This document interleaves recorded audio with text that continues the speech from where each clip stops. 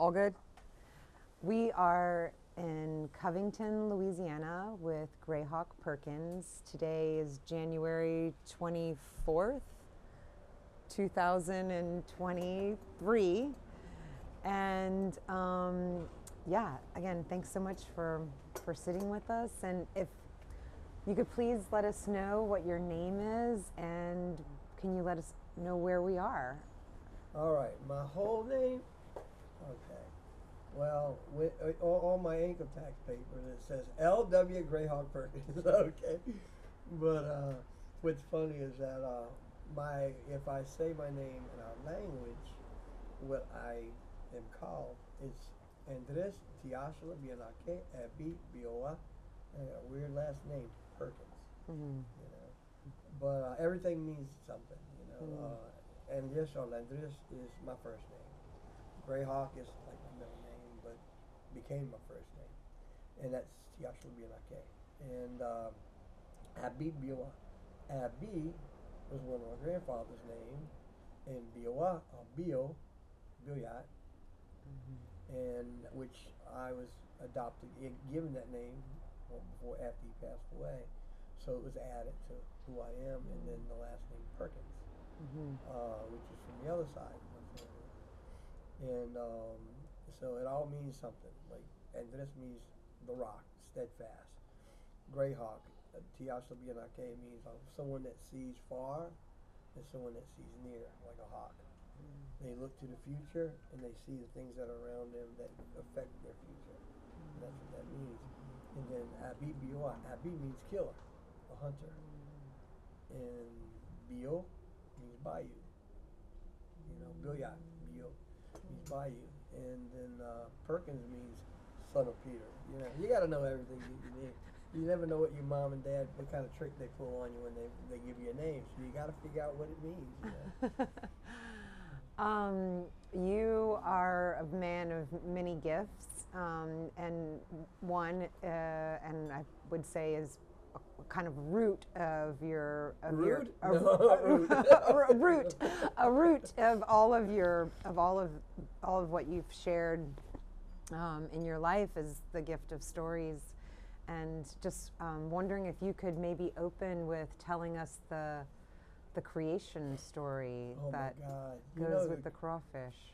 The creation story, it's funny because, you know, when you hear it from most people, it's about that big. When you hear it from me, it's that big. Because it's more of, you have crawfish, you have, it leads to, and we can say some of this stuff, sometimes you can't talk about certain stories because if it's hot, you can't tell all those stories. When it's cold, those things, the things that are hidden during the cold, they won't bother you. So you tell some of the stories you only tell when it's cold. So the second part of actually third part of the creation story, you can only tell when it's cold because it's affected by the chimneys and what's below the earth. And we tell you, do you want to hear it? Yes, please. In its entirety. Okay. I'll try to see if I condense it a little bit. All right, so the crawfish, Shakoma, started out one day, the earth was created, okay, and it was just this big old ball. That's what we knew of it as just being this big thing of clay, you know, and in our language, there's many ways to say creation or creator, and one is abamiko. We would say abamiko or creation made the earth, and the way I picked up on it years ago is that the creator or creation formed this ball, and after it was formed, the energy was so hot that it was like this hot ball. And it had to be cooled down, and then the earth got covered in water to cool it down. Well, creation said,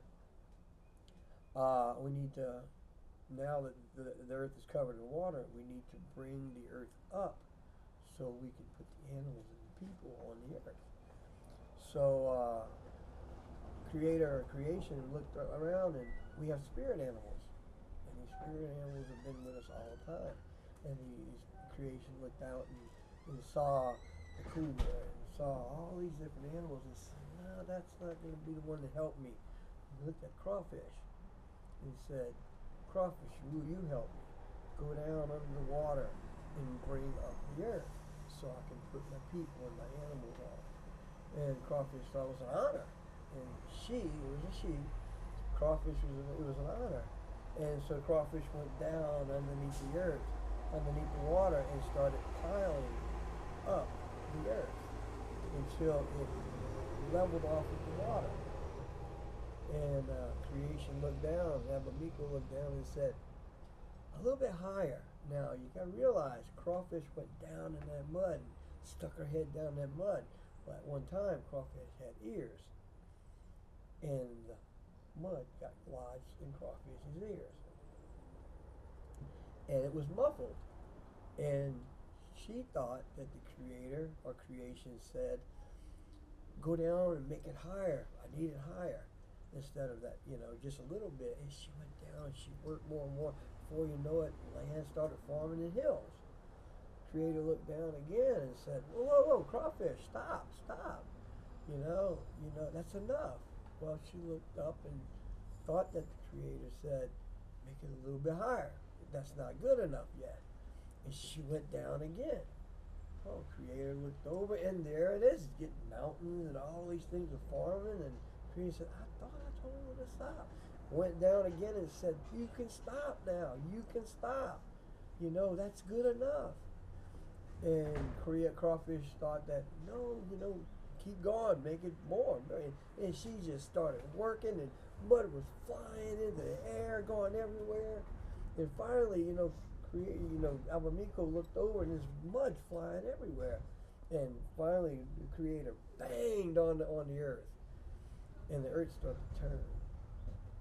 And she came out. And when he banged on the earth, the mud popped out of the ears. And she came back up, what do you want? I did what you told me to do. He says, I want you to stop. That's good enough. And she said to him, I was wondering when you were going to tell me to stop. And it wasn't before. The earth was made, the hills were made, the mountains were made, and all the mud that flew into the air became the stars that we see at night. That's the creation story. Okay. Wow. Now the second part. Okay. The second part, the earth is made. And the creator or creation made the people, but made the people and left the people in the earth. We are from the earth. Left the people in the earth.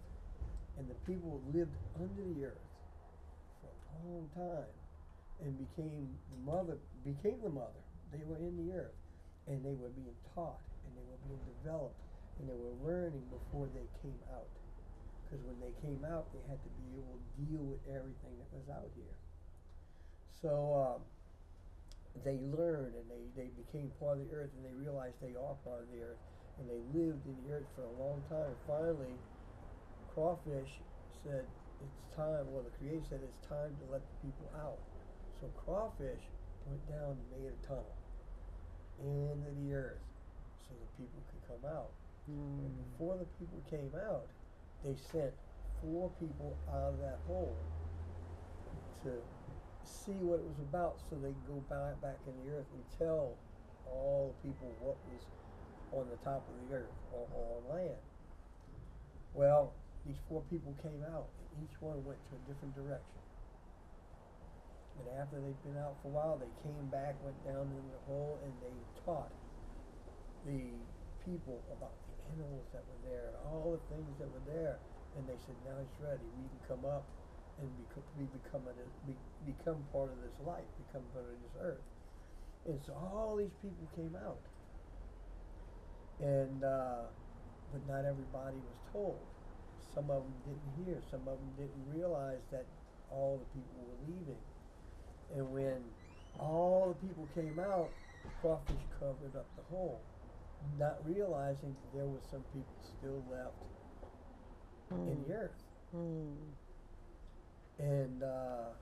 they didn't know. They didn't know these people were down in the earth. We go to the next level, next part. Well, they didn't know that these people lived down the earth.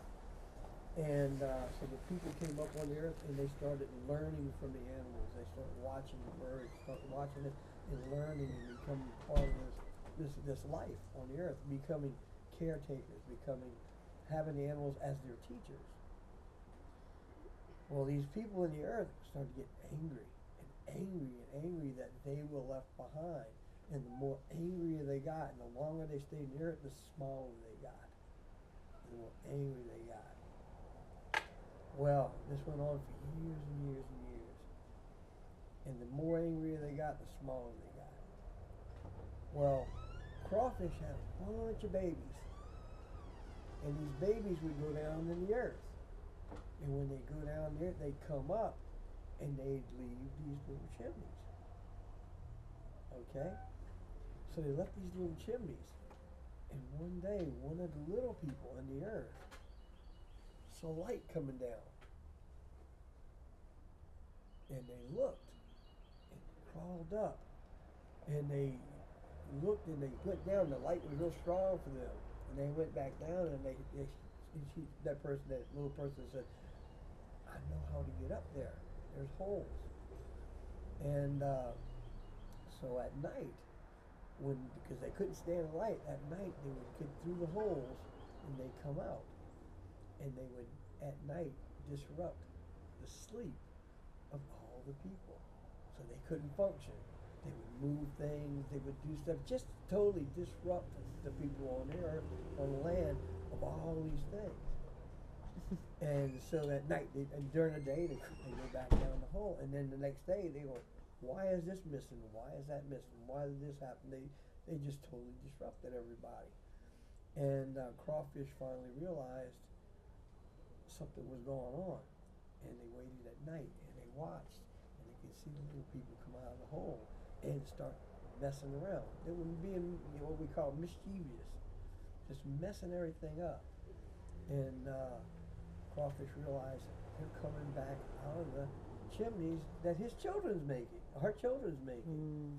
So she says, from now on, when you make your chimney, when you go in the earth to look for the water and the things you need, when you come out, cap that. Cap each one of those chimneys so they can't come out and cause mischief. And so all the crawfish, if you notice, when you look in the field, there's caps on all these crawfish holes. But if at any time you're out there in those fields and you kick one of those chimneys over, be prepared at night that there's mischief is going to happen. And that's why there's so much mischief. People keep cutting those chimneys down, and the little people come out of the earth. And that's why we talk about the little people, what happened in those chimneys. And you look at the way those chimneys are made. It's in the same layer as the earth's made. You know? Yeah.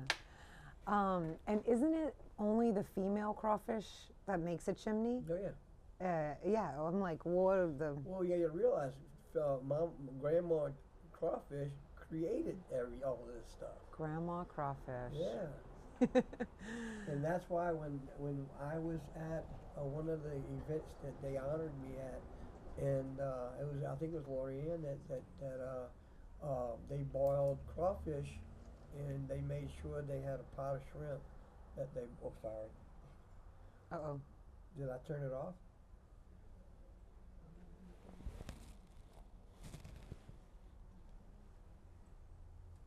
Sorry. They made sure that they boiled a pot of crabs and crawfish because I refuse to eat crawfish. We're not supposed to eat crawfish because not only is it part of our creation story, but it's one of our war symbols. Oh. It's a clan. It's one of our clans. And you don't eat part of your clan. Right. You know, I'm glad I don't belong to the Turkey Clan. Wow, that's really interesting. Thank you so much. Where were you created? and I don't know if I was created or if I was laid. I don't know. I just appeared. Crawled out of know? a chimney. No, yeah. Where were you born, and where did you grow up, and anything you want to share about? Oh well, that. I'm one of these weird things. I was born in New Orleans. Actually, I was one of the few in my family that was born out of the community, I guess. My mom and dad were traveling, I guess, in New Orleans, and she went into labor, and the nearest place for them to go was Baptist Hospital, and so I think an uncle of mine, somebody was with them, and they knew somebody at Baptist Hospital, and I was born in the hospital. I think I was one of the first people in my family to be born in the hospital. And I think that's why I gravitated to New Orleans so much, because I was born there. And but I even though when I was young, we were in the community, and then my father worked in Jefferson Parish. He was in the service, and he got out and he got a job in Jefferson Parish, and he was a structural engineer on airplanes during the war, and so he got a job in New Orleans, and so we moved there. But every weekend we'd go down that 2-lane highway all the way back down to by the Lodge and by Lafourche, and we were there. So I grew up in both places, and what was really interesting is that at one point, it was really interesting that at one point that a lot of our people started moving away from the lower communities, and they all moved. A lot of my relatives moved to a place called Harahan, and it was really neat that because at one point that whole street was just all relatives. They all moved in the same neighborhood. So I was always around relatives here, and I was always around when I'd go back down to either one of them, all four of my grandparents. I'd be there back down in the community. And one of my grandparents, one set of grandparents, my grandmother and grandfather, actually my grandfather was a blacksmith at the plantation in Raceland. And they lived in an old slave cabin that was converted. And so I grew up hanging out with them, and my grandfather was a blacksmith, and watching the stuff that he did, and then being in the cane fields, and I ran through those cane fields and did all those things. And when I was out of school, that's where I stayed. And so I had the best, I guess, of both worlds, and I got the taste of a lot of things that some other people didn't get the taste of, and one thing that I was told at a young age is that be proud of who you are. Never ever let anybody take that away from you. But if you're gonna survive in this world, you're gonna have to learn what the outside world's about if you're gonna compete and do that.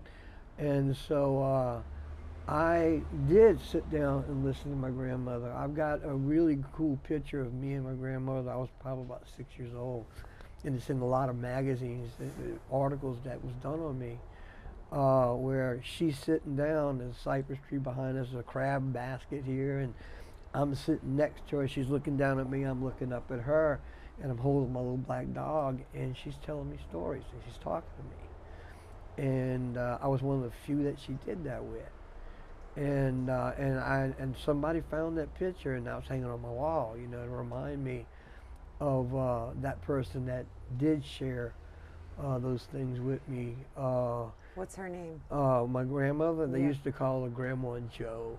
Her name was Marie, but they called her Grandma and Joe Billiot because my grandfather was Joe. They called her Grandma Joe. And they were the folks who were on Bayou Lafourche. Bayou du Large, actually. Bayou du Large. Yeah. Okay. Yeah, so a different set and of then grandparents. It was really neat because then they finally wound up moving up near me, where I was living at in Jefferson Parish, and they moved to Westwego, I think it was, and then I got to see her even more because he was living not too far from me at that point, and but she would sit down and share, and it was funny because my aunt, one of my aunts that passed away, I guess about a little over a year and a half ago, before she passed away, we sat down and we shared, and she reminded me that about my grandmother sitting down with me and really not sharing some of the things she shared with me with a lot of people because I was interested. And so my mom even said, "Oh, you know, she was very protective over you, you know." And so I do talk about my grandmother a lot, you know. And What did they do for a living? well, my grandfather was a trapper, a boat builder. Okay. Yeah. Did you pick up any of those Oh skills? my God, yeah. Yeah. Whether you wanted to or not. I just, it just seemed for some reason it just happened. You know, I've built, you know, pirogues. I've done all this. I've built houses. Even today, after being, you know, I retired from the school of teaching, I'm doing that now. I'm working on, you know, antique furniture and things like that, and because I really like it. And my other grandfather was a cabinet maker and a blacksmith. And I picked that up too, you know. And so for me, you know, studies. I mean, I always read. I always did this, but to be exposed, even for the short time, I was because you know, my grandparents eventually passed away. Even the short time, I say I was with at least 3 of them. They affected me, and they made me interested in the things that I do now. And then the stories that my grandmother would tell me, my grandfather, Billiot, would tell me, kind of stemmed the part of me doing research about my family, my history, and our history. And I sat down with my grandmother one time, and we were talking about this book that had come out, or they did work on back in the 70s, and it was on the Mobilian language. And I got a copy of it, you know, once they were finished, and I started looking through it and realizing a lot of the words that I was picking up in there, I would hear my grandmother say these words. And it made me interested in it. So I took my little notebook, went sat down with her. I think this was in '77. Sat down with her, and I said, "How do you say this word?" And I would say it the way they had it written in the book. And she goes, "Huh?" And I said, "Well, the word is, you know, he or mom or girl or dad or whatever." And she would tell me, and then I'd write it down the way she said it, which was pretty close to what they had written down, but a little bit better when she said it. I could understand it. So I've got this. In fact, I got the book in the car. I carried the original copy with me in my Oh, wow. in my everybody calls it my medicine bundle, but it's my little suitcase. And everybody says you need to put that in a lockbox, you know. But I like it with me, you know. And so I've got it in there, and it's all handwritten, and it has a birthing song in it. It has a death song in it. It's got a wedding chant in it, you know, the prayer or whatever. There's a bunch of stuff in there. And those were shared with you from her? There were things that she sat with me and she told me, and then all of a sudden, you know, I'd sit down with another aunt and they would tell me something. Then all of a sudden I'm sitting here writing, you know. And now I've got the words and they're telling me in English, and now I can translate these words in the Mobilian. Wow. And so they're in the car, you know. And what's funny is I'm taking some of the stuff that they've told me, and I'm converting it over to music now, into songs, and like a healing song and all of that. But you know, you just led from one thing to the other, and I never intended for any of this stuff, like even being a storyteller, you know, because What did you think? Where did you think you were going? I have no idea. I really, it just. I think with me it was like, I said growing up, it was interesting because I really didn't know where I fit in at points, because you know I would watch my mother and father try to deal with the society, you know, and the things that they were going through, and a lot of things that was going on out here that sometimes they didn't know how to deal with. And I'm not going to say, you know, everybody talks about, I'm not going to say my life was easy. You know, there was a lot of turmoil going on in a lot of ways, because I would see the way my mom reacted to certain things and realized she was made to act that way by the way she was treated by the outside society. And a lot of times, you know, and that changed me a lot, watching how she would react to non-Indian people and how she would shake sometimes when she'd be around certain people, and how she would act. I didn't want to act that way. I didn't want that. And I felt like a second-class citizen. I really did. Even though I was pushed into schools here, I always felt like I was never equal to the people that were around me for some reason, because there were names I was called, you know, even by some of my own family that were trying not to be Native, I guess. And so it was when I say, you know, trial and error, yeah, definitely. It was, I did not want to be what I saw a lot of times, and I didn't really know what I wanted to be, you know, and then I started, again, reading and interacting with other people, and learning from people that had their head together. They knew what they wanted to do, and they were able to share things with me, and I realized knowledge was something that I really wanted to go after, and I wasn't content, like we were talking earlier, living in that little cubicle that we were made to live in. Mm-hmm. And so the things that I was reading in those books, I wanted to see. Those things that I was reading in those books, I wanted to be, you know, and even though I was told I couldn't be, you know, at times, you know, you can't do that, you can't do this, you know, you have to conform, you've got to do these things, and I just couldn't do that, you know, and I guess it made me odd, you know, but also not only did it make me want to see the world, but it also made me want to know more about where I came from, the people that I come from.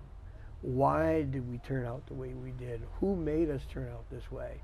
You know, what forced our people to live in these cubicles, in these communities that nobody else really wanted? I mean, you know, we didn't choose to live in those areas. We were pushed in those areas. And then I started realizing where we actually came from in the territories that we lived in before we were pushed into some of the things that we were pushed into, and now we have to accept that and be proud of that. And I said I couldn't do that. I can't be proud of something that I was forced into, that my family was forced into, away from who we really were. We were mound people, man. We were mound builders. You know, we were very advanced people. And as I started learning this, I realized, my God, my ancestors built those mounds. They did stuff that people can't even do now without using big machinery. And we did it, you know, 1,000 years ago, 1,200 years ago, 2,000 years ago. And I said, that's the line I'm from, you know. And I said, now I want to go back to that.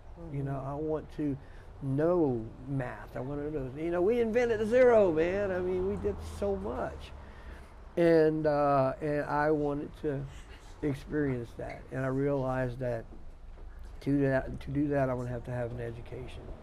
I'm going to have to be able to read. I'm going to have to explore. I'm going to have to talk to people. And that's what, I guess in a way, it made me a little bit odd, because I wasn't content being told who I was. I wanted to know who I really am. You know, where did I really come from? And, you know, and we have a lot to be proud of. And a lot of times we, you know, I didn't see that. I didn't see that. I saw in a lot of times in my community that they were content to be what they were forced to be. Are there, besides your grandparents? Sorry, I got into this No, thing. no, you know? no, don't apologize. All of that is so real and good. I usually don't get that. You know, I kind of sometimes I don't like to think about some of the stuff, because it makes me sad. You know, and sometimes I feel alone. You know, that I can't share, and I can't have no one to open up to. You know, and I felt a lot of times I felt like I've been on a road by myself. You know. Yeah. But are there other people that were part of your journey, whether that be in your youth or your middle age, or that really encouraged you, inspired you, influenced you, challenged you? There were. I mean, to go deeper into the ancestral work that you've really been doing. I think with me, the more negative things that hit me, and the more things that were rough on me, gave me more determination. A lot of people look at the bad things and they go, "Oh my God!" No, I look at the bad things and realize what I learned from those things. You know, what drove me. You know, I don't like that, but you know what? I'm not going to allow that to happen to me again. I'm going to go beyond that. And I think, and a lot of times, you know, everybody talks about all the good things that are happening to them that made them who they are. No, with me, a lot of the negative things I saw drove me and made me who I am. You know, because I didn't want to be that negative. I didn't want to be that person. I wanted to be something better than that. You know, so I look at the good and the bad. And I wouldn't be who I am without the good and the bad that was put in my life. You know, and one of the things that I remember my grandmother telling me one time, she was telling me, and I try to figure out how to say it. I can't say it the way she said it, but I can say it the way I say it. She said something like that. She says, when something happens bad to you, and you sit there, and you look at that one thing, and you just look at that one thing, you let that one thing overrule your life, and you just stop still. And while you're looking at that one bad thing, she says 2,000 good things are passing right by you. And that's my interpretation of what she said. And I didn't want that to happen. I want to learn from that bad thing, put it aside, keep it in my memory a little bit, the things that I learned, throw it aside, and keep going. Because I want to be able to see the good things too. But so many people in our culture, they ponder on, they accept what they've been given and don't try to change it. They accept what they're told they are or who they are, and don't look at the big picture. Don't really look beyond what's been told who they are. And I went a little bit farther than that. I went back to the mountains. I went back as far as I could go, and then looked at some of my relatives and how they overcame some of the things that they were forced with. Like an uncle of mine that came back from the war, you know, World War II, and he couldn't even sit in a movie theater. He couldn't drink at a water faucet, but he went through World War II and landed on a beach at Normandy. Came back and what he faced, and which I'd never faced a lot of things that he did. And he was one of those people that I would talk to, and a lot of times he wouldn't say a lot. But if he sat down with me sometimes, he would share with me things as bad as stuff that happened to him, you know, I realized how I could overcome stuff that I see, and I didn't even go through a quarter of what he went through. And so seeing that and being around that type of people, and how he talked about some of the people he met in other places in the world, and I said, I want to meet that. I want to see that. I want to meet those people because I saw what it changed in him. You know, and you've traveled the world as much as I could. You know, I've stayed in villas and castles and things like that, and I've been a lot of places. A lot of places, and I'm hoping that it's not going to stop. You know, I mean, the pandemic kind of stopped me a little bit. You know, and I was getting ready to go to Vietnam and to China, and I got injured, and my father passed away, and I didn't make the trip. We had to cancel it. But they still call. And I got the new music coming out, and I've got all this other stuff coming out. Can you tell us a little bit about, your music, your architectural skills, your the work that you do in the world? I feel like you're an indigenous, like, Renaissance person. Well, that's what they call me. I don't know if that's what I am, but that's what they Renaissance. We need another word. We need a word. A lot of people said I'm a Renaissance man, you know, and I'm just Greyhawk, man. My interests are not just. I don't live in a tunnel.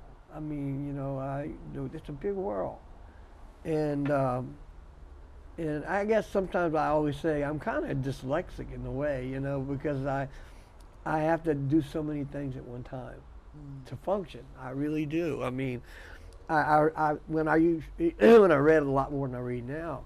But when I read, I always read 4, 5, 6 books at one time and never mix them up, you know, just constantly doing that and learning as much as I can, and just picking up things. Like even when I was working on ships as a person working on ships, doing engineer or whatever I was doing, I'd take some time off because I had to, and I'd go get a job doing sheet metal, or I'd go get a job doing pipe work, or I'd go doing electrical, I'd go to school, I'd go do this and do that, because I just can't sit still.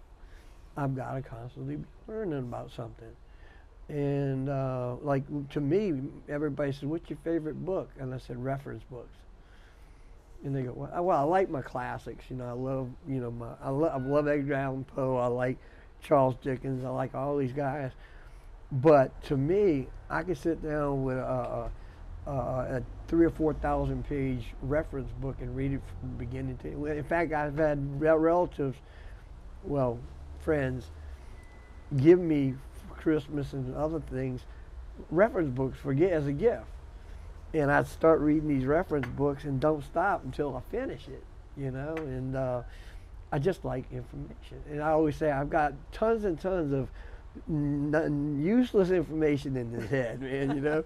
I can tell you why, you know, a crazy glue was invented, or what was the first aerial reconnaissance, and where it was, and what year, or whatever. You know, I could talk about all that stuff. And to me, it's like, but again, you know, I found that if you're gonna be able to get to know people, you got to know a lot of information.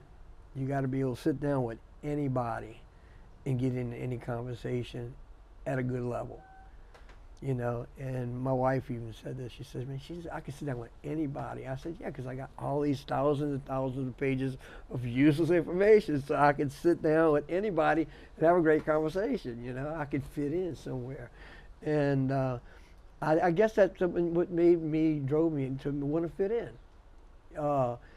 With educated people, non-educated people, whoever it is. I can talk with a millionaire, talk with somebody that's in the gutter. In fact, I got once to kind of tell you this real quick story. I was at the Smithsonian.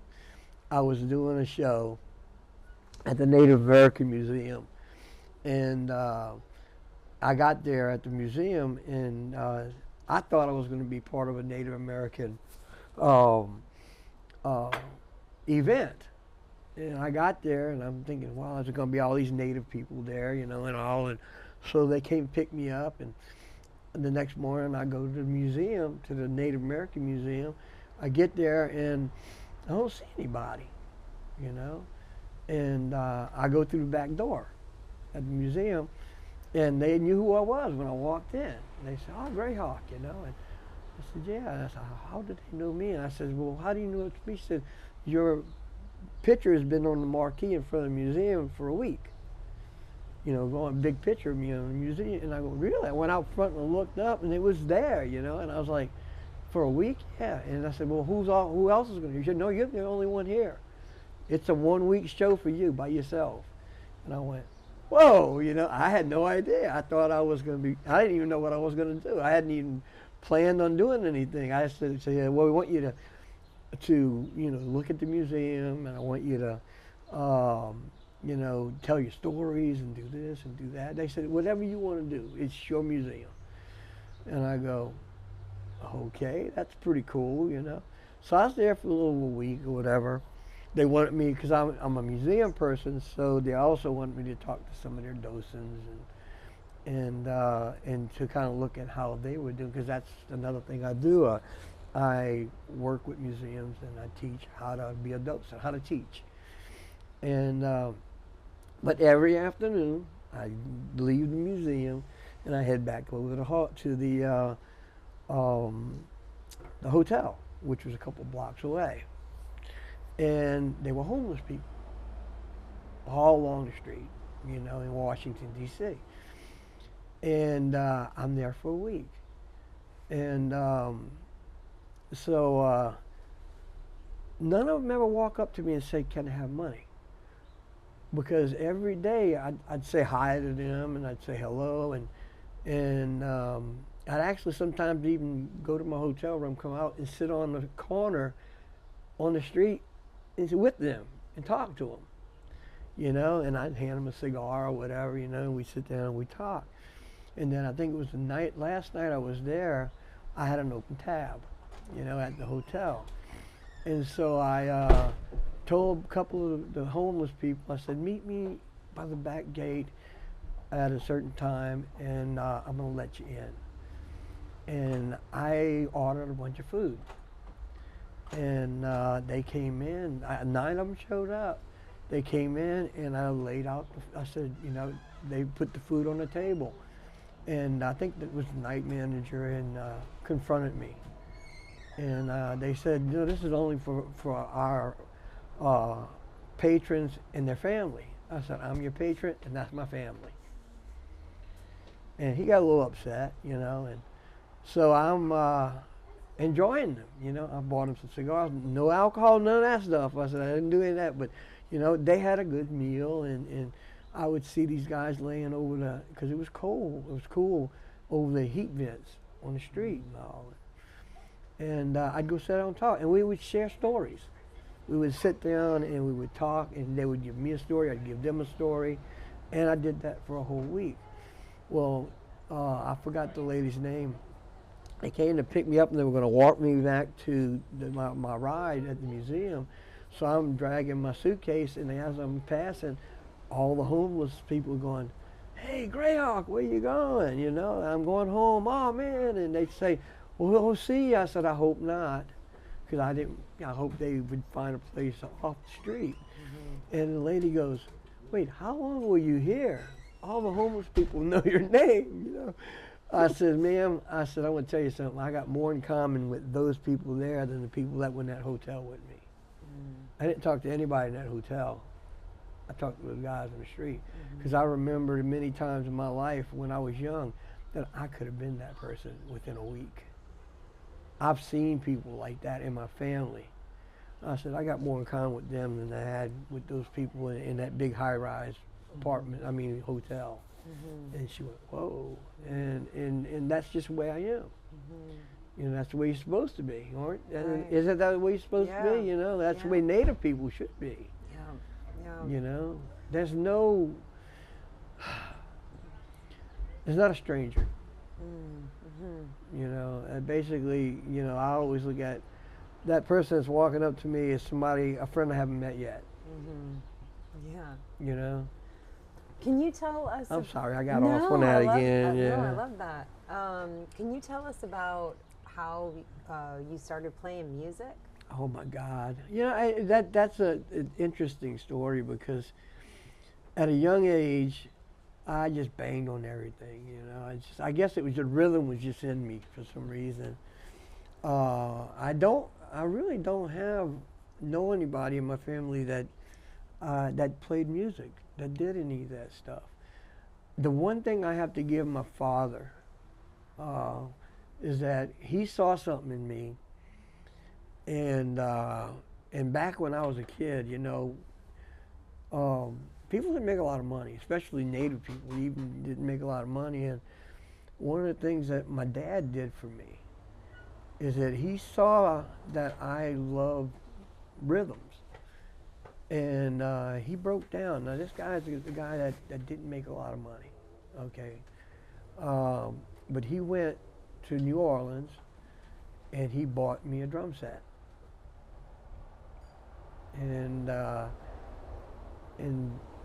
couldn't play it in the house. I'd have to take it somewhere else, you know. But it started, you know. He did that, and I know I always liked music. They were laughing because they said that I would go in to certain places that had jukeboxes, and I was a little bitty old thing, like, you know, a year old or a little bit, and I would dance until my diaper came off. You know, it's like, you know, and so I was an entertainer even back then, you know, because my mom even said this back a while back, is that they would come, people that knew them would come and they would give me nickels at 4 years old to tell stories. Oh, wow. At 4. She said they would come, guys that worked with my dad, he would bring me to work sometimes, and they would give me candy and nickels for me to tell them stories. And somebody always asked me, when did I decide to be a musician, a storyteller, which is a musician and storyteller are the same. I was young, you know, and it just was something in me. Mm-hmm. Even if I had to make up the story, you know. But, and my mom even told that to my wife that I think last year she said, yeah, they would pay me money at 4 years old to tell stories.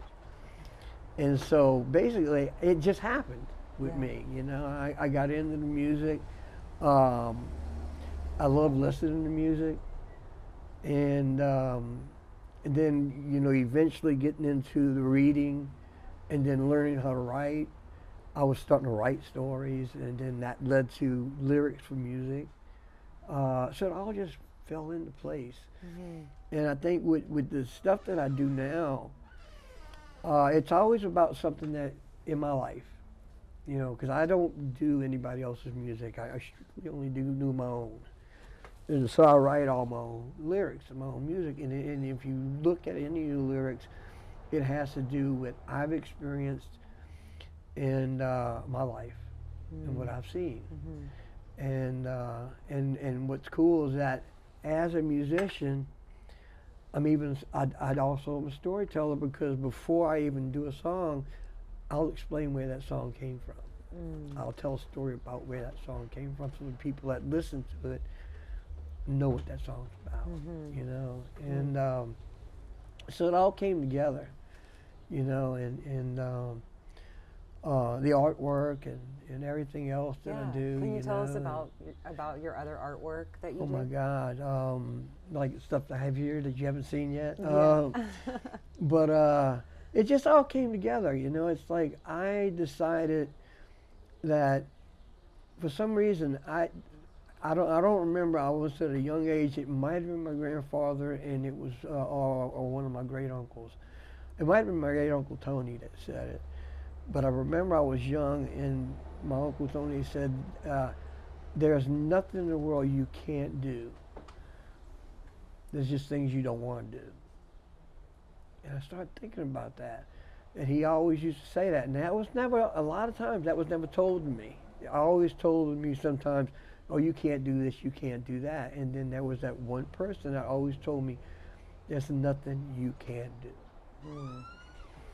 And I want to find out if there's no, in really in my life, everything that I've ever tried, I was able to do. Mm-hmm. It just happened. Mm-hmm. You know, and there are other things that I looked at and go, nah, I really don't want to do that, because I really didn't want to do it, you know, and so I think that's what led to me. You know, I worked with Audubon. You know, I developed, my God, programs. I went in. I was teaching in school. I was developing programs with Audubon exhibits. I became an cultural naturalist, environmentalist. Worked with you know, Nature Center in New Orleans East and Audubon, and I developed a museum. I learned about irrigation. I learned about environmental. Worked with Save the Lake Foundation. I just led from one thing to the other. I mean, to me, everything I've ever done led to who I am. I started with the history, and I went into school and started talking about history and talking about Native Americans and all, and then studying art, and then bringing that art into studying traditional art on mounds, and then that developed my art that I do. My stories, listening to the old stories, helped me develop the stories that I write. You know, and then, you know, just one thing led to the other, and I think a lot of people I see they don't allow that to happen in their life. You know, they want to live in this one-dimensional, two-dimensional world, and I can't do that because my art and my music and my writing and all this stuff is all connected. Right. Yeah. You know.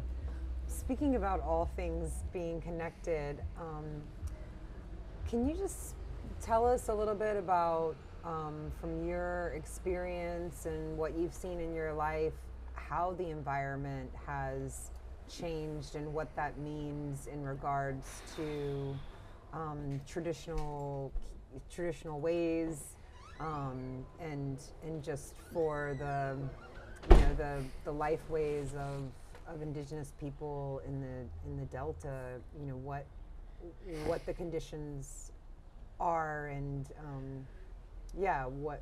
just any insight. Well, I guess my views on things are a little different than a lot of other people. As an environmentalist, somebody that has worked in the field, I worked with AmeriCorps in Audubon, and I replanted and reseeded thousands of acres of cypress trees.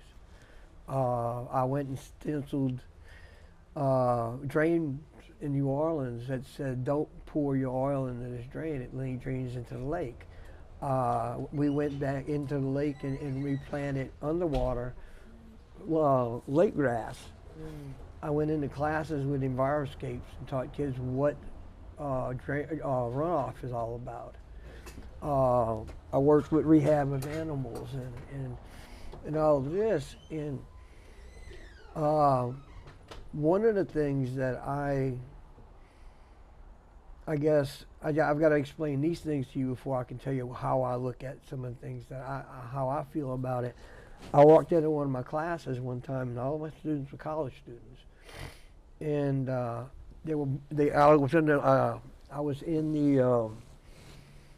my classroom, and I walked through the parking lot, and I saw all these cars, and these were students' cars, and it said, Save the Lake, it said, Save the Whale, Save Tibet, all of these things, all these bumper stickers of all these issues. And I'm sitting there, and I look at my van. I was driving an old 1971 VW bus, you know, and I had one bumper sticker on it. One bumper sticker on the whole car. Now, I was involved with Save the Lake. I was involved with all of these issues, leading a lot of this stuff. And I got in the classroom, and I said, it was my first day with them. And I said, all you guys in these cars out there, yours with all these bumper stickers, and they were proud. And I said, you know, Those bumper stickers are like stripes or like an eagle feather that you've earned. I said, how many people pushed the whale back in the ocean? Nobody raised their hand. And I started naming all the things I saw on their bumpers. How many people have done that? Been in the field doing these things. They're not raising their hands. I said, none of you people deserve those bumper stickers.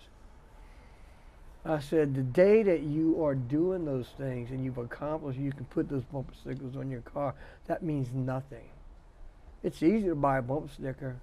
It's hard to get in a marsh and replant it, you know?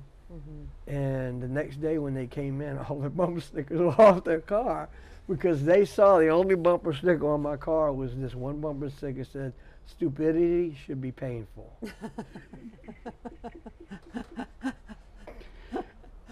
Yeah, that's the only bumper sticker I had on my car. Stupidity should be painful. And they all went, oh my God, you know. And so they all, and then it was funny because as I'd run into them every once in a while, I'd see these bumper stickers starting to show up on their car. Because, you know, I went into the marsh with those guys. You know, I worked with a friend of mine, Pond Dixon, he was with Wildlife and Fisheries. We replanted a whole marsh of cypress trees where we had to go into the marsh with these cypress trees on airboats. And these kids were kids that were from cities and stuff like that, and a lot of them never even seen any of this stuff. Are we finished with it yet? Not yet. But never seen this stuff. I had to teach them how to walk in a marsh, what a marsh was about, and we had to plant each cypress tree and build a wire fence around each one, and there was 4,000 of them. And to me, that's how they realize what it means to, with the bump stickers on their car, and what it means to be an environmentalist. Yeah, so we're in Covington, Louisiana, and for folks that might be listening to this recording years into the future, hopefully, that's on the north shore of Lake Pontchartrain. Yeah. And a lot of the artists and artisans that we've been talking to who live in the lower bayous have been telling us about how land loss and the water rising has definitely made it harder for them to be able to source their materials. I'm just, you know, thinking about not only like land loss in the sense of like coastal erosion and sea level rise, but land loss in regards to how Indigenous people have been removed from traditional territories, pushed into certain places, and I know that you've done a lot of work with natural materials in the past to literally build things. So it takes a community to fix these things, and we don't have that community. I'm sorry. You know, you can't wait till it goes bad to try to fix it. It should have been thought of 60, 70, 80 years ago. You know, when we allowed oil companies to go and do canals through areas that killed our marshes, that made the land erode, building a straitjacket on a river, that you don't have silt coming down and building up your coast anymore. That river is got a straitjacket on it. It's not allowed to pan out and build anymore. That was done a long time ago, and nobody talks about that. They want to fix it now, and I had a friend of mine that came up to me and said, we want the native people behind us, and we need to worry about, you know, the coastal erosion. I said, you screwed it up, you fix it. We didn't do it. No, 300 years ago, we told you how to live on this land. Not to live against the land, live with the land. And you haven't learned. Now it's too late. Now you want us to come in and fix it. We can't do that. You messed it up too bad. You know, and a lot of our own people didn't see it. We've been talking about this stuff for years. But now that it's gotten so bad, now you want to try to blame everybody. No, we're all to blame for it. We allowed it to happen. You know, and some of this stuff can't be fixed unless you tear down those levees, let the silt come in, but that's not going to happen. How's that going to happen? It's not going to happen because you know what? Too many people's got money invested. And you know, well, they're not going to allow you to do that. You know, you got to basically, you know, face it. You know, we caused it. You know, we caused it by allowing it to happen. We caused it by ignoring it. We caused it by waiting until the last minute to do anything about it. You know? So that's why you live on the North Shore. I could live anywhere. I'm a little bit on higher ground. No, it doesn't bother me either way. I mean, if I knew, I'm gonna just be honest with you. 30, 40, 50, 40 years ago, I remember talking about this and saying, okay, let's do it. All right, I'm in the lake. I'm putting lake grass in. I'm cultural naturalist. I'm doing the thing. Besides teaching and doing the other stuff that I'm doing, I'm working with young people at that time doing it. But then all of a sudden, I'm standing up and talking about it and realizing all these people that tell me, we're behind you. You turn around and you're the only one standing there. Because, you know, they got the money. And that's who, that they can buy you off. I know I shouldn't be saying this on this thing, but, you know, you got to realize that you got to, if you're going to accept something, you got to face the consequences. You know, and if you ignore these things all these times and allow these things to happen, then you got to face the consequences. Yeah, we're really facing it. Well, you know, how many, okay, now everybody wants to jump on the bandwagon, but how many people back 10, 15, 20, 30 years ago were even thinking about the environment? None. They're working for the oil companies. They're going out on the rigs. They're going to do all this stuff. Don't realize what they're doing is destroying their own community. So, hey, you got your money. What are you complaining about? Now you got to face the problem of the things that you've done that cause what's going on right now. You know, I mean, I'm not going to worry about it because there's nothing I can do about it. You know, because one person, I mean, you know, I could sit down and talk all I want about the thing, but unless the community as a whole decides, well, number one, you're going to have to move because it's not going to be fixed. Because they're not going to nobody's going to put the money into it, really, unless they know that they can get something from it. You know, unless they get something in their little back, their pocket, nobody's going to do anything about that. How do I know? Because I've worked in the environmental field for a long time, and can you turn that off for a second? Okay.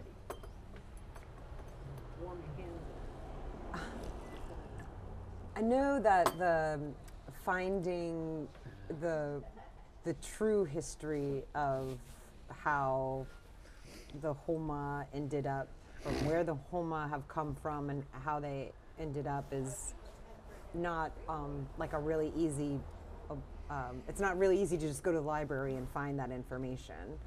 And I know that you've just been doing so much research in your life, and experiential research and book research and lived experience. So just, can you tell us where the Houma came from?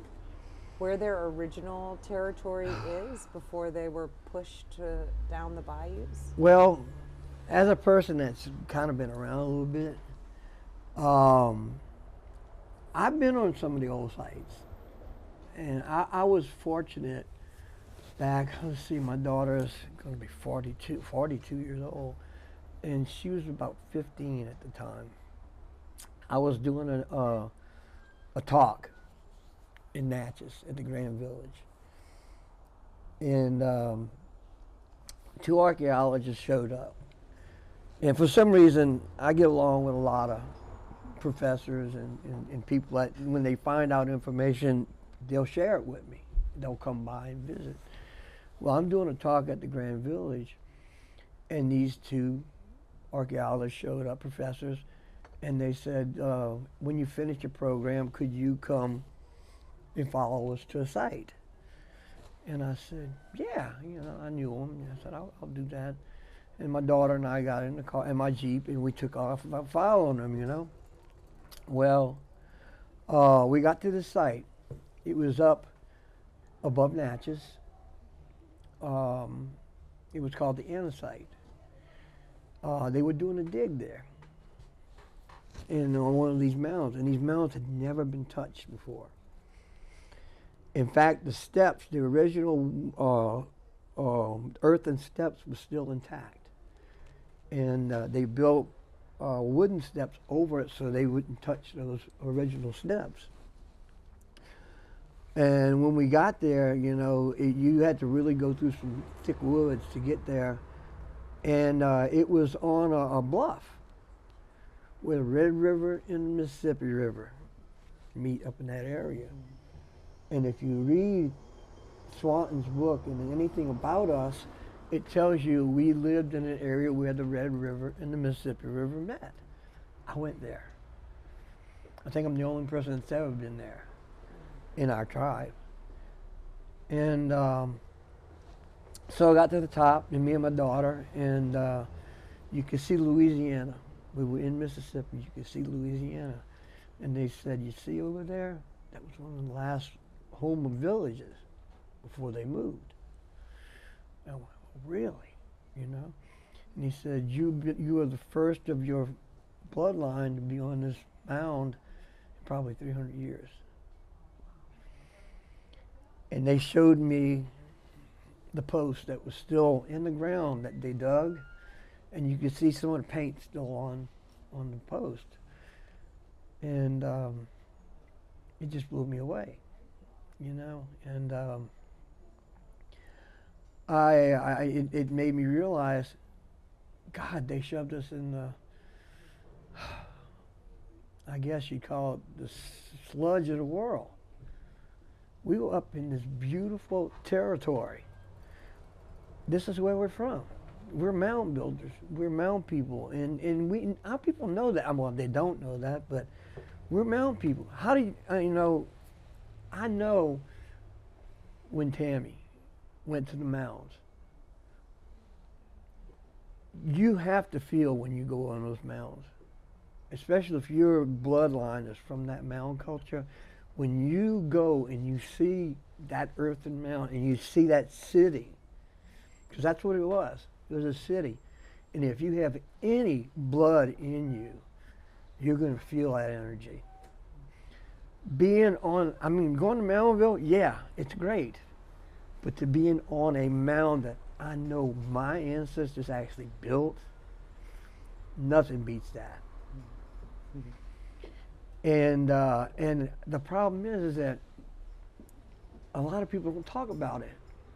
We only talk about what goes on in Bayou Lafourche, Bayou de Large, all of these places.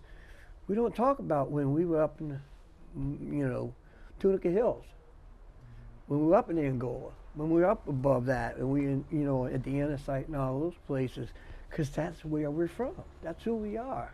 Mm-hmm. And I really encourage our young people to learn about that. Learn about the mound culture. Dig and go beyond what I've done, and what I've experienced. Because I've been in mounds all the way up to Cahokia. And, Poverty Point and all those, and you realize what kind of culture we're from. Who we're from. We're better, our culture was far more advanced than most of the cultures in the world. And we need to teach our children, our young people, that we are not swamp Indians. We are not Cajun Indians. We are not French Indians. We are Houma, we are Muskogean people, and we are mound builders. And that's where we come from. And if they see and experience that, they won't accept just being a swamp Indian, because that's not who we are. And being able to sit down and go to sites like that and see that history, see the artwork, that's what we need. That's what we need for our young people. We need to have trips to bring them to those places. You know, how did you feel when you got under the mounds? Awesome, huh? You know, it's like, wow, my people built this. What other things do you think our young people need besides having experience and being able to go to real places and connect? They need to experience non-powwow. They need to experience stomp. They need to know the songs. They need to rewrite the songs. They need to learn the language, stomp in their own language, like Sam Proctor told me. You know how to sing, you know how to do words in your language, and you know how to stomp sing. Write your own songs. And that's what I've been doing. And there's nothing better than being able to say, I'm singing a song. Not only is from my culture and doing a dance that's 1,000 more years old, 3,000 years old, but I understand every word that I'm singing. You can't beat that, because they can't tell me they do that when they go on the powwows. Because you ask them, what do they say? And they go, oh, it's so old, we don't know. No. If it's real, you're going to know what it is. It needs to be understood. So we got the bases. There's still stomp dancers around. The Chickasaw still do it. The Seminoles still do it. The Creeks still do it. They still do it. Choctaws are still doing it. We learn the songs. We learn our language. We build our own songs. And when you're sitting around there and you're doing something that you knew our ancestors did on those mounds 2,000 years ago, and you're doing it today, that's the only way you're going to feel it, that you're going to have that connection. And then you're going to say, that's really me. That Kiowa song I'm singing at the powwow, that ain't me. That song that I'm singing at that stomp ground in the Muskogean or the Houma language, that's me. And that's what we need. That's what we need to get those young people fired up about, oh, what does this mean? It means a lot. Because if you don't do it, it's going to disappear, and that's it. I had an elder tell me once, when they don't want to learn anymore, let it die. Because that means they don't want it. And I don't want to see that day. But unfortunately, unless our young people decide to pick up and carry the baton and stop the powwowing and do the stomp dancing and learning the language, yeah, that's going to die. And there's not many of the elders around anymore that can pass that on. So those young people need to get off their duffs and off their computers and off their phones and all, and get back to it. You know, I'm not saying give that up, but also we don't want to lose this. You know, we want to see stomp go on. We want to see green corn. We want to see squirrel soup. We want to see all these things come back, because they really, if they were really completely gone, it'd be sad. But they're not completely gone. There are still hubs in places in the Southeast that are still doing it. You know, I've experienced since the time I've been 16, 17 years old. I was 18 years old and being told, do your songs, do your stomp, your language, the whole works, and that's what I've been doing. Can you tell us a little bit about that kind of ceremonial, spiritual connections and part of that journey for you, and trying to find that real ceremony and not the powwow? I think when I was young, they were trying to get me to get involved with the powwow. And that was the first powwow I ever heard about was in 1975. I was invited. They got me to go. Then the Houmas kind of picked up the powwow. And I had not really gotten into the stomp that much because nobody in the tribe was doing it. So I started getting involved.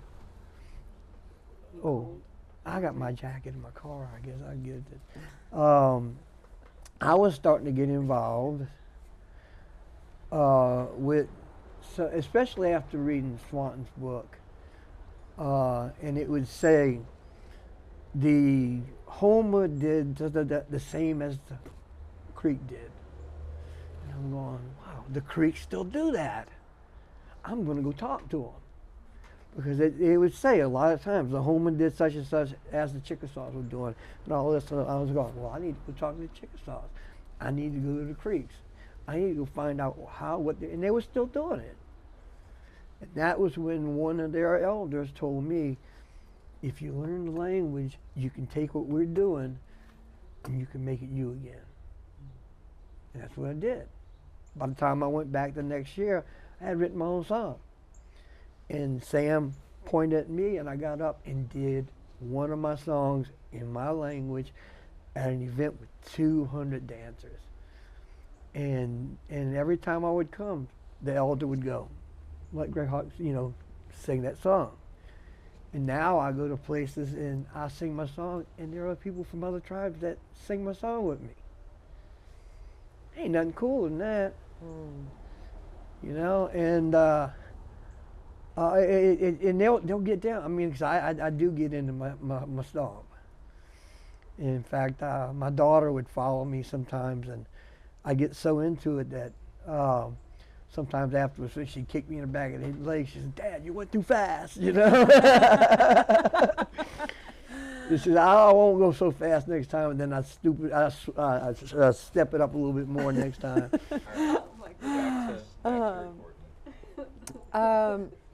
I'm not even going to talk about the lions I'm going to buy.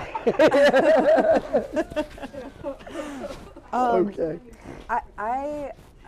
I've never experienced green corn ceremony, and I've never experienced stomp, and I do know that I've heard that we've lost our matriarchal center in our culture, and just I wonder if you could speak to how that in ceremony, where women's roles are, where they were, where they should be. You want to really get into this? I'm pretty rough on that one. Yeah, well, let's go there. We are a matriarchal matrilineal society, number one. I do not feel that our native men treat their women the way they should be treated. We were always a team, and our women play a big role in everything, and always have. I will give you my interpretation, but also what I've known about what green corn means and what stomp means. And it varies, I guess, from one community to the other, and how non-Indians some of them have gotten or whatever. I look at green corn as being an honor to the women. Okay. Our men go to green corn. They fast. They don't sleep. And the way I was raised, and the way I was told by people that are not even here anymore, they've been passed on, is that we do this in honor of our women. And there is a story that goes along with this. And it's in fact, sometimes I can't get through the story because I tear up. It's a heavy-duty story. Where the corn came from, and how we got the corn, and everything, and the importance of the women in our community. When you go to green corn, you basically, again, you're honoring the women, because without our women, we don't exist. You know, and without our women, we don't do anything. We don't achieve anything. The women don't have to go through green corn for a reason. They go through too much already. They go through more than any man could ever go through with childbirth and just the things that they do for us. And to me, going to green corn is the least I can do in honor of the women, because I'm not going to eat. I'm not going to sleep. I'm going to go through the scratching ceremonies and everything else because of one reason. At least I can say, look, I know you go through a lot more, but I'm willing to go through this to show you how much I really care for you and how much I really appreciate what you do for our people and what you go through for our people. And that's why the women are not required to go through green corn, because they go through childbirth and they go through all of these things. Now, it's not saying that they can't, because if the women really wanted to, they do. But we can't even go start green corn or start these dances without our women, because they do the first dance to cleanse the ground before the men can even go on. You know, and that's another thing that our young people need to know, that it's not a man's world. It's a people's world, men and women together. We never, as a race, not a race, but as a group of people, ever did anything, man never did anything without asking a woman first. That's just given. Man never made any decisions without the women. In fact, you had an elders council, you had a men's council, you had a women's council. And the women's council was very important, because again, they were the final decision. In our culture, men always knew that there's certain things that men feel and do different than women. But men always knew that women felt things that they don't feel. And that old thing of people saying women's intuition, that's real. Because women feel things that men don't feel.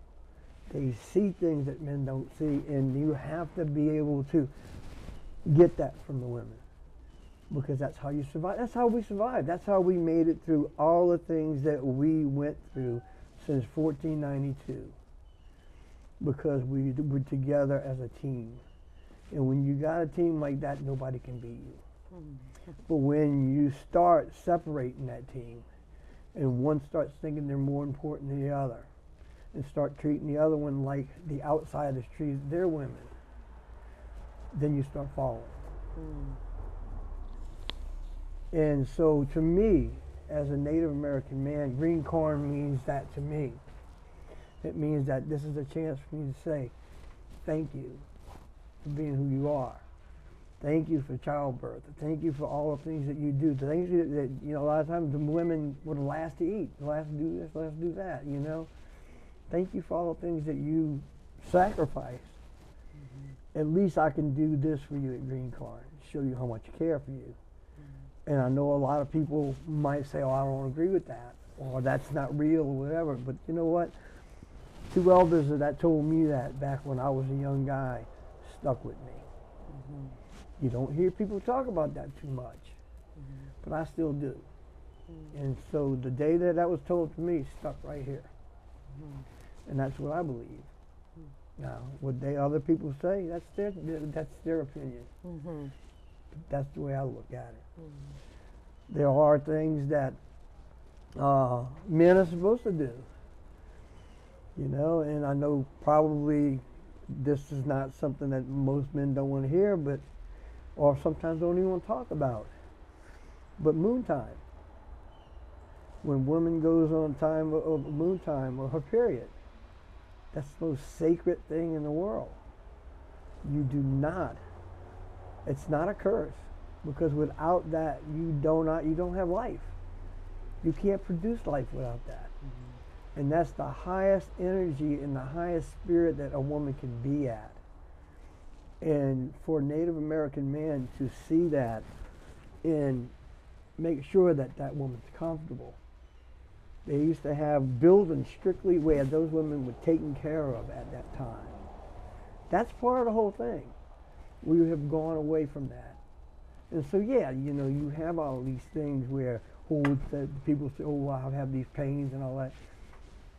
If you have the community behind you and the men know what this is all about and how sacred it is, it makes it a lot easier for those women. Those men feed them. The women don't touch the food. They don't do anything. The men do all of it.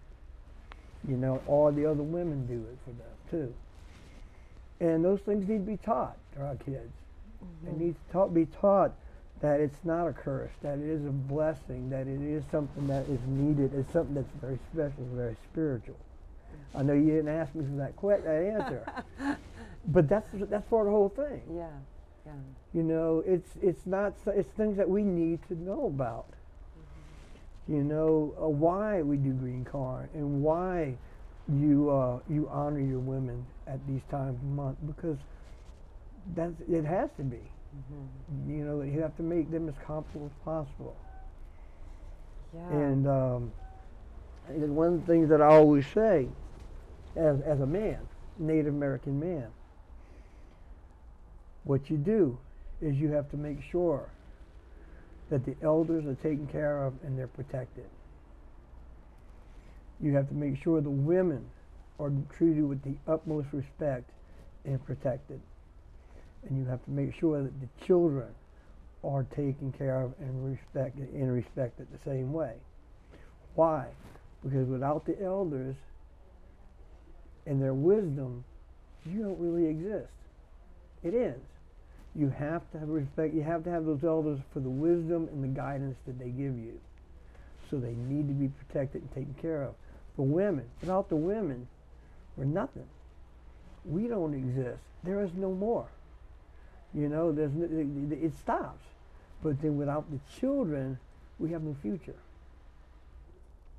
So the men have to make sure that they take care of all of that. It doesn't mean they're more important. It means that they make sure that all three of those things are taken care of and protected and treated with the utmost respect. And I've had non-Indian people or even Indian people that don't believe anything that traditional say, so when do the men get anything? They don't have to worry about getting anything, because if you treat the elders and the women and the children with the respect that they're supposed to be given, you never have to ask for anything. You think they're going to want anything wrong happen to you? You're going to be treated with the utmost respect. Whenever you're thirsty, they will have water there for you, because they don't want anything happen to you. You get what you dish out. And so that's all green corn. You know, that's why the women cook while the men are doing this stuff, because they want to make sure when those guys are finished that they're going to be able to eat. They haven't eaten in days. You know? And so it all comes together. So when you're talking about green corn and you're talking about it, you know, it's not just a one-dimensional thing. It's not just something that happens that day or that part of the year. It happens every year, every day. It's just something that we do special that day, but it goes on the whole year. You know, so our children need to, our young, even our adults, because a lot of our adults have forgotten this stuff. You know, we just need to learn respect. We need to learn respect. We need to learn responsibility. And, you know, stop saying, poor, poor, pitiful me. Because, you know, as a native, everything that happens to you, you probably initiated it at one point in your life. So you need to take responsibility for everything and stop blaming everybody else for your misfortune. Because there is something that happens in your life that you've done that made a chain reaction of what's going on to you right now. So a lot of people always want to blame other people, but if you look back far enough, you put yourself into that situation. That's called being an adult, being a person that's responsible. Yeah, it'll follow you. It will.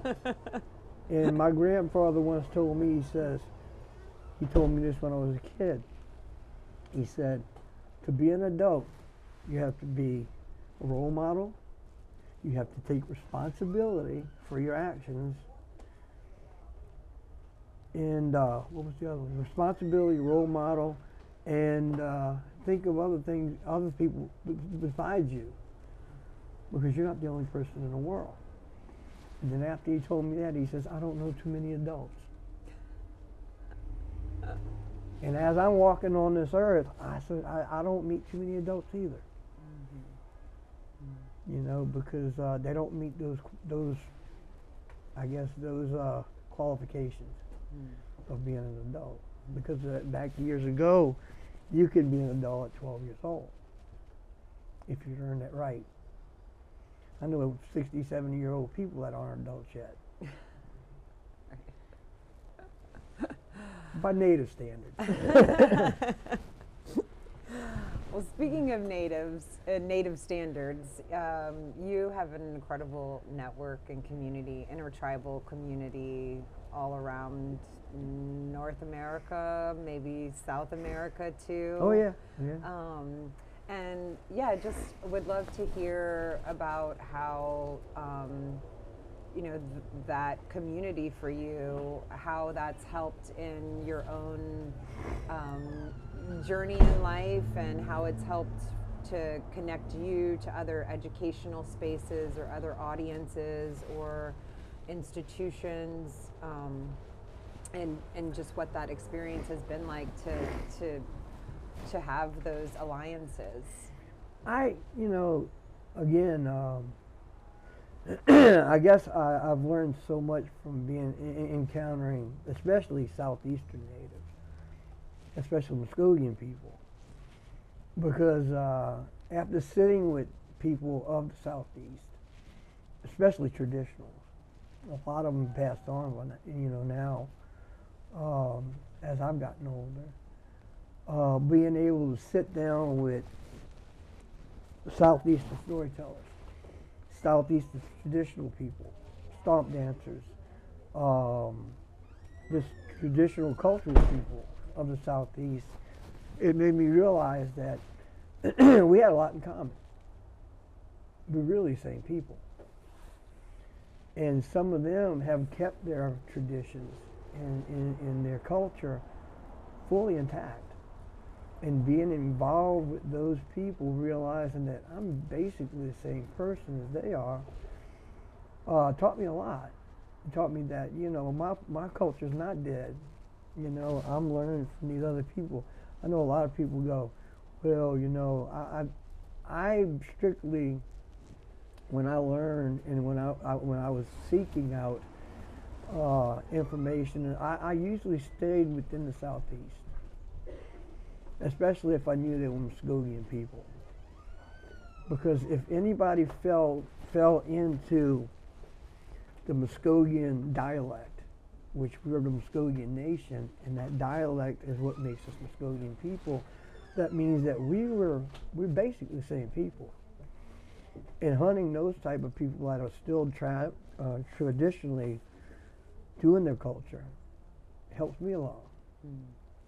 and their brotherhood, their sisterhood, their friends that they have become with me. I've learned a lot, you know, and because you know, you sit down and you listen.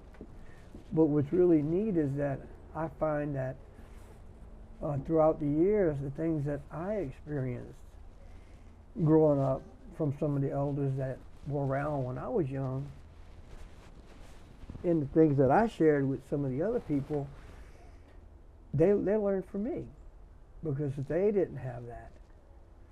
You know, they didn't have that grandfather or that great grandmother or the great aunt that I had, you know, and I was able to share some stories that they went, wow, I heard something like that in our culture. It made me realize that, man, I still had a lot of culture, didn't even realize it until I met these other people. Yeah, and I also think that generationally you're kind of coming from you're coming from a generation that was on this cusp of, you know, pre-American Indian movement, civil rights movement, witnessing that and recognizing beyond, you know, beyond your place here in South Louisiana, that how that ripples out and affects people in different ways. And I just, and all that you've seen over the years, yeah, I'm just, I think I'm kind of struggling with my question, but thinking about for the United Houma Nation, there's been this fight for federal recognition that has been since the time of the United States government coming into Louisiana. And just where can we find some hope, and what should we be working on in regards to tribal unity, not so much or sovereignty, really, tribal sovereignty or nation sovereignty. What do you think that young people should be trying to work on? Because you've seen it all, you know, and I'm sure you've seen wins, and I'm sure you've seen dead ends. Oh yeah. Oh yeah. So as a young person, like our cameraman here, you know, what is it that you think that folks should put their energy into, and what's worth fighting for? And what should we really be? I mean, you've said a lot all with our interview, but like, what is it that we really need to hold on tight to, besides our language and ceremony? You know, what is it that we could really, we could work towards? Real unity. Real unity. Realizing that we are family. That it's not a club. It's not an organization. It's a bloodline. It's who we are. It's our history. And that, you know, we are the same people. And we need to come to an agreement that, yes, we are not Cajun. We're not French. You know, if you want to be Houma, you have to be Houma. You know, and you need to kind of emphasize a little bit more on bringing that back.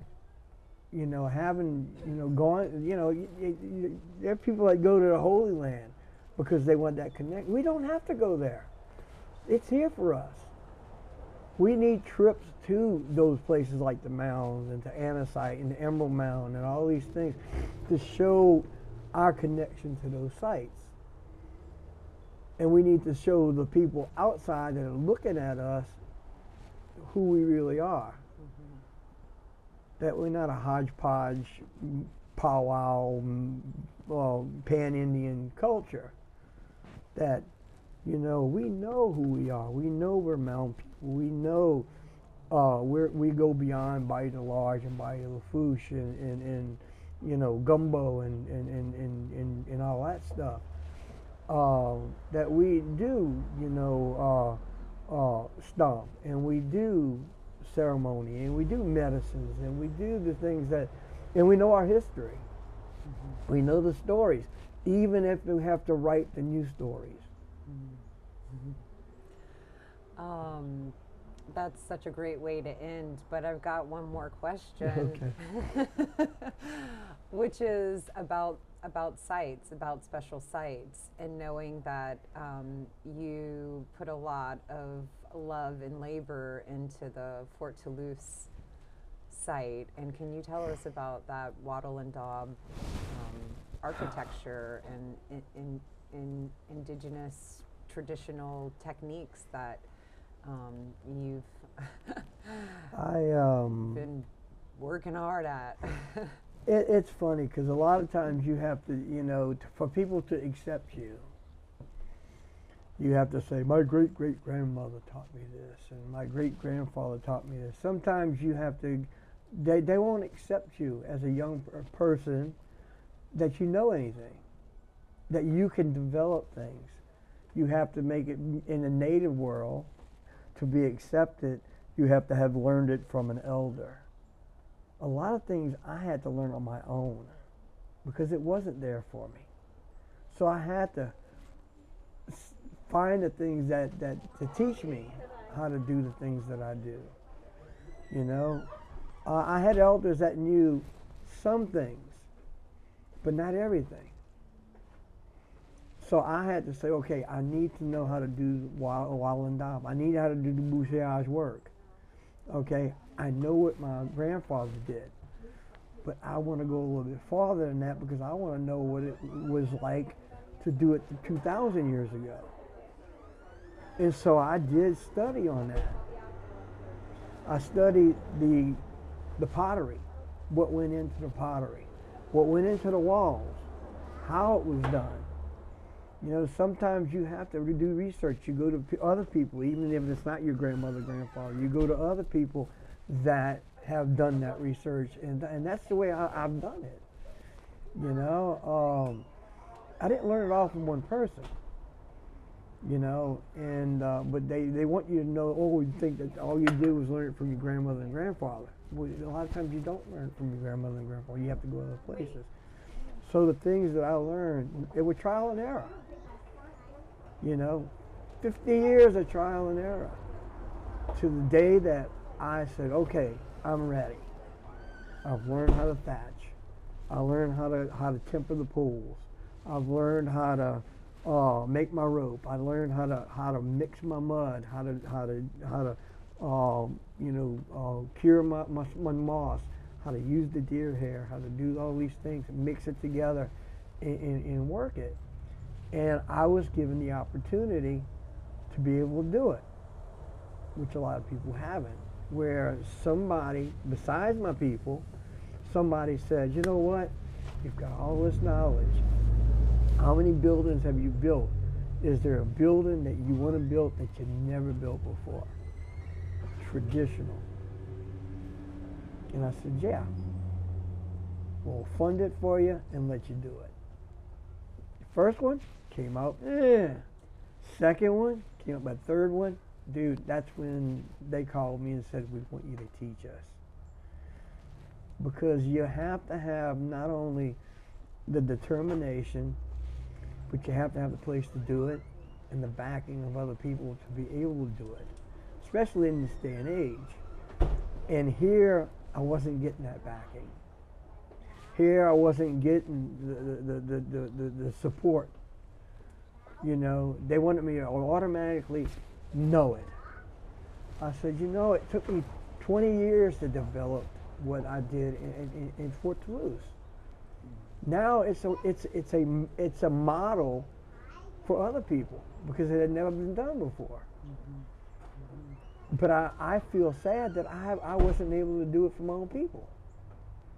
That it has to be 2 states away because my own people didn't ask me to do it here. Maybe one day they will. I doubt it. I'm sorry. We want you to. Oh, you want me to? All right, good. We will help you. But at my age now, the years I did that, I was in my 40s when I did that. I'm getting to get close to 70. The stuff that I did back that many years ago, I can't do by myself. I did it by myself back then. I can't do it by myself now.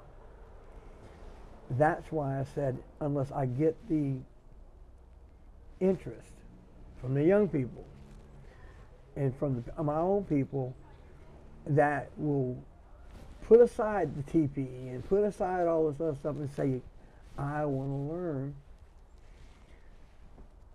show me. They got to be able to be, I guess, dedicated. Not when they can do it, but when I'm still around to do it. Because if I wait till they are ready to do it, I'm going to be dead. So either they do it now, or it won't be done. And the only thing that's going to happen is that if I'm gone, all the stuff that I know about it, the next generation is going to have to do what I did. 20 years of trying to figure it out. But, well, luckily you got pictures. You know, you got a film, you got pictures. I've got documentation pictures of how to temper the poles. Luckily somebody was there when I tempered those poles and showed the pits on how it was done. Because I never ever thought about, I mean, I can build it, but I can't do everything. I can't document it, I can't do it all. And this is a chance as a people that want to regain some of their culture.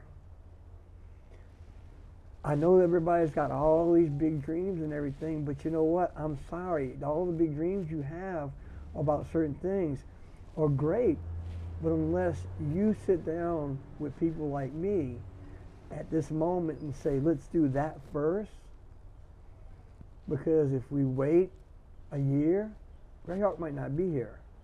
Well, that person might not be here. Janie might not be here, whatever. You know, we need to do it now. And not, you know, it's great that a young person wants to do all this other stuff. But while you got the elders still around, you know, you might have 30, 40 years. I might not. And that's what I'm saying, you know. It's not my decision. It's the tribe's decision. It's the young people's. It's really not the tribe's decision. It's the young people's decision. Because, you know, once you leave politics out of it, then you get things done. Sorry, but is there anything else you would like to say?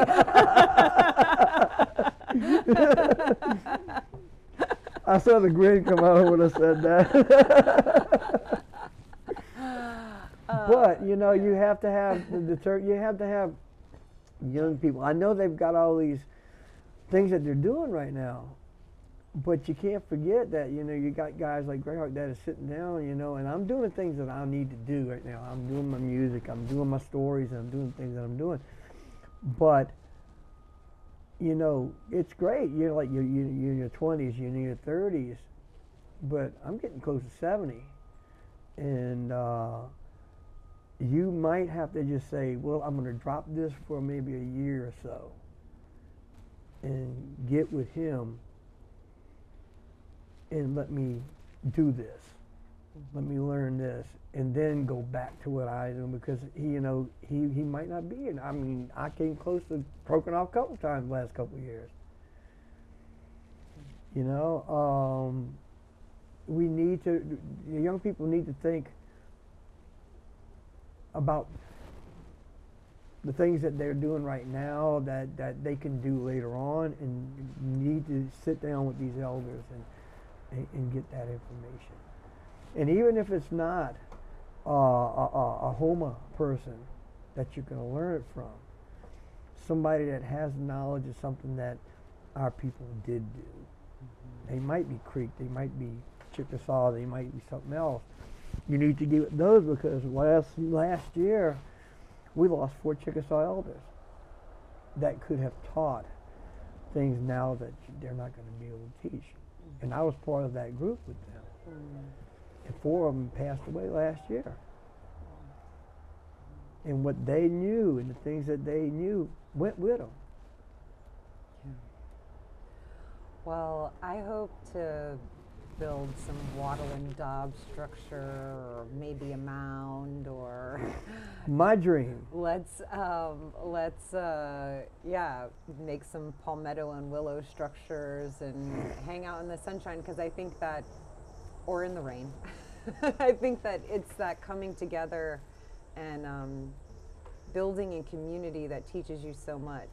And also to say that, you know, I think that so much of our, we've been so disconnected from our history, from our ceremony, from our land, but that work of doing like activates the DNA memory, and that I think is ceremony too. So. Well, I really appreciate, you know, that you went and filmed the houses, which we did, but we need to go back and film, really do some real fine tuning. Mm-hmm. Go through every aspect of how that building was built. You know, document that on film.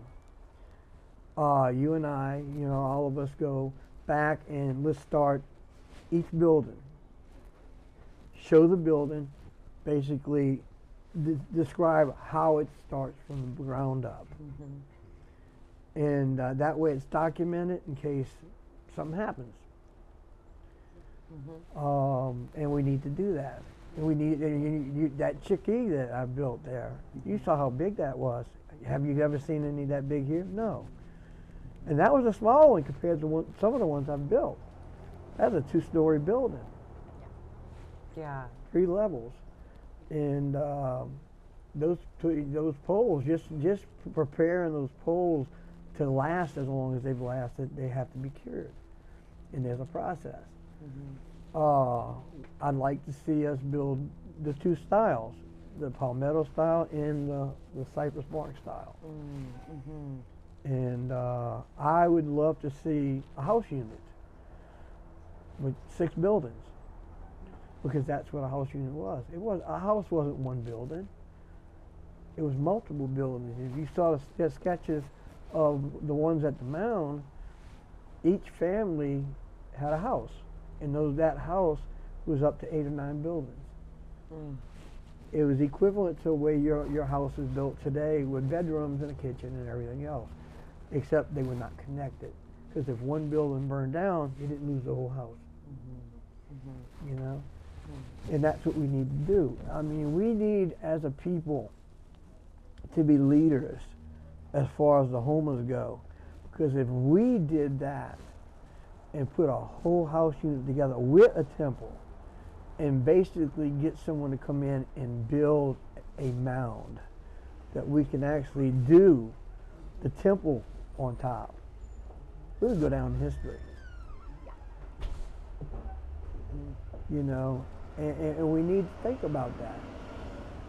It would be our own museum for our own people.